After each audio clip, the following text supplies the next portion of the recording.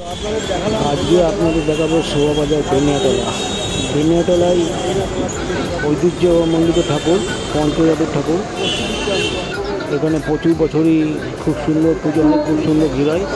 তো দেখাবো বেনিয়াতলা, শোভাবাজার বেনিয়াতলা। চলুন।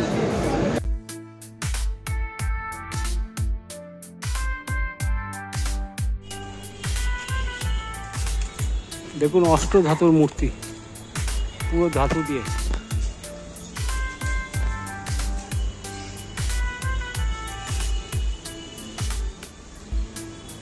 দেখছেন শোভাবাজার বেনিয়াতলা।